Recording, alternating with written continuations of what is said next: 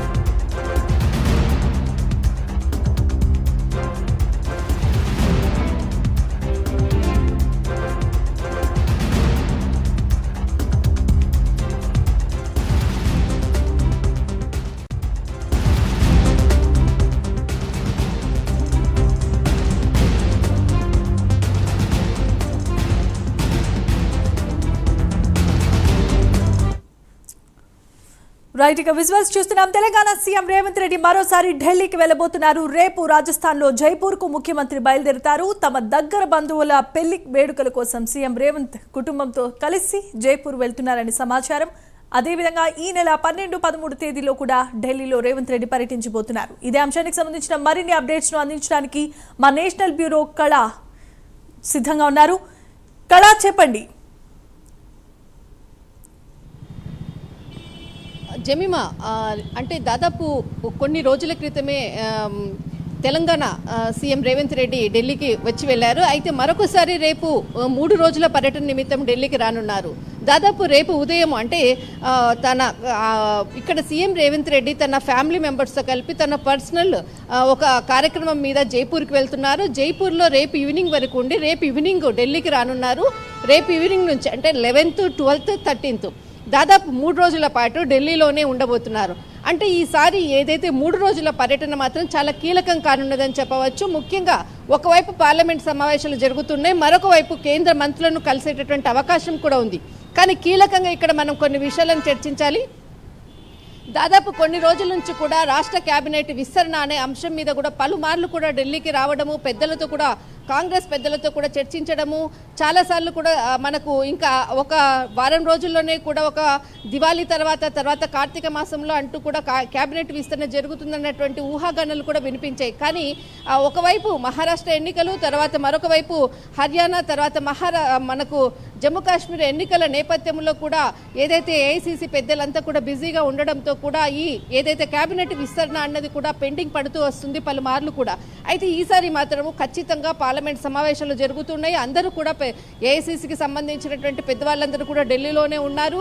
అయితే ఇది ఒక అవకాశం. అంటే దాదాపు నిన్న అంటే 9వ తేదీన కూడా సంవత్సరము పూర్తయింది ప్రభుత్వ పాలన కూడా. దీని తర్వాత కూడా మొదటి విజిట్ అని చెప్పవచ్చు మనకు సీఎం రేవంత్ రెడ్డి పర్యటన. ఢిల్లీ పర్యటన మాత్రం కీలకం కానుంది.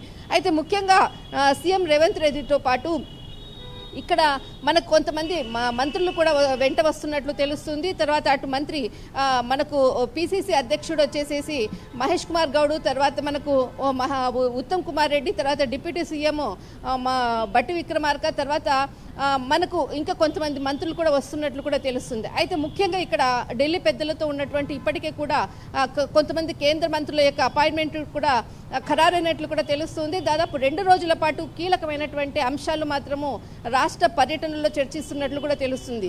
ఒకవైపు మనకు పిసిసి పునర్వ్యవస్థీకరణతో పాటు కేబినెట్ విస్తరణ అన్నది కూడా కీలకం కానున్నది. ప్రభుత్వానికి సంబంధించినటువంటి అంతర్గత విషయాలు కూడా చర్చించినట్లు ఈ మొత్తం టూర్లో కూడా ఎంటైర్ మొత్తం రాష్ట్రానికి సంబంధించినటువంటి నిధులు, నియామకాలకు అనేక విషయాలు కూడా ఇక్కడ చర్చిస్తున్నట్లు కూడా తెలుస్తుంది.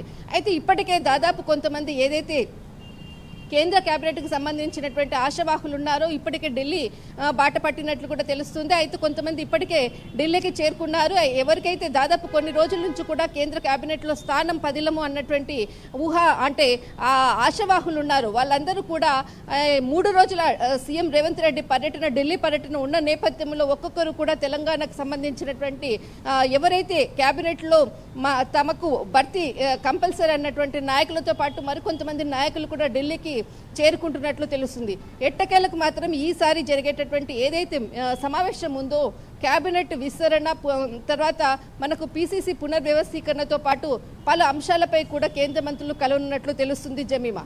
Right, thanks for the updates and details కళ.